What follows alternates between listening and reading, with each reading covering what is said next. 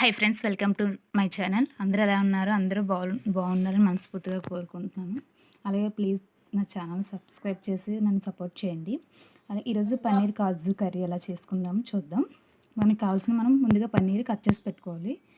అలాగే medium size టమాటీ 3, medium size ఉల్లిపాయలు 3, తర్వాత కొంచెం నానబెట్టుకున్న జీడిపప్పు అదే కాజు, తర్వాత చిన్న అల్లం ముక్క, ఇవన్నీ మిక్సీ చేసుకోవడానికి పక్కన పెట్టుకున్నాను.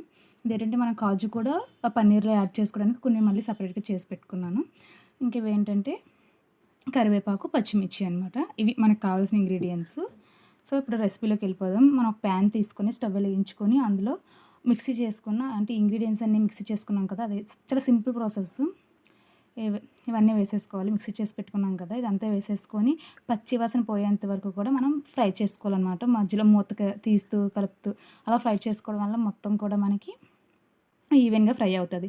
ఈలోపు ఏంటంటే మనం పన్నీర్ని అనేది మ్యాగ్నేట్ చేసుకుందాం. అంటే మీకు ఏంటంటే త్వరగా అయిపోవాలి అనుకుంటే పక్కన పెట్టుకొని చేసేసుకోండి. లేదు మాకు టైం ఉంది అనుకుంటే మాత్రం ఫస్ట్ ఏం చేస్తారంటే ఈ కళాయిలోనే ఫస్ట్ పన్నీర్ని పసుపు వేసుకొని ఫ్రై చేసేసుకొని పక్క తీసుకొని అందులో ఇది కర్రీ చేసుకోవచ్చు. లేదు మాకు టైం లేదు కొంచెం త్వరగా అవ్వాలనుకుంటే ఇది ఫ్రై మనకేంటంటే ఇది మనం జ్యూస్లా చేసుకున్నాం కదా, ఇది మిక్సీ పట్టుకునేది ఫ్రై అయ్యేలోపు మనం పన్నీర్ అనేది ఫ్రై చేసుకోవచ్చు అనమాట.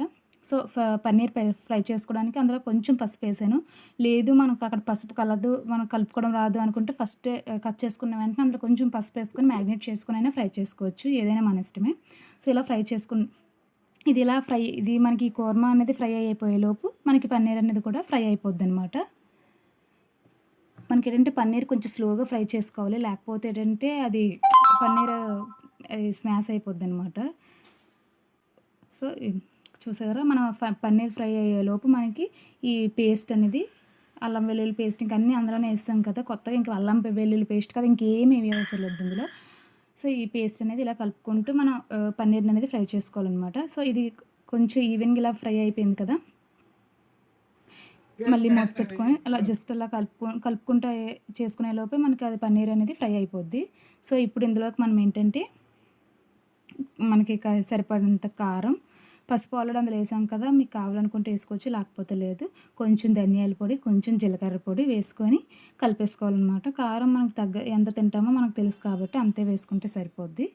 సో ఇది వేసుకున్నాక కూడా మనం కొంచెం ఫ్రై అంటే ఇలా గరిటెతో కొంచెం ఇలా, ఎందుకంటే అవి ఉండలు లేకుంటే కారం అనేది ఒకసారి ఉండలు కడుతూ ఉంటుంది కదా, అది ఉండలు కట్టకుండా కొంచెం గరిటెతో ఇలా అనుకుంటే మన కారం కూడా అందులో కలిసిపోద్ది కదా. సాల్ట్ ఇందాక వేయలేదు కదా, సాల్ట్ కూడా వేసుకొని మనం ఫ్రై చేసుకోవాలన్నమాట.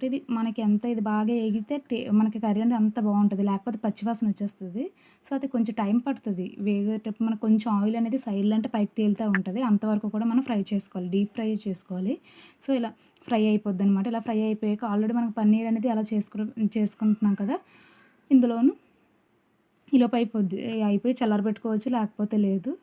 సో ఇలా కొంచెం ఫ్రై అయ్యాక ఇందులో మనకి కావాల్సిన వాటర్ వేసుకోవాలన్నమాట.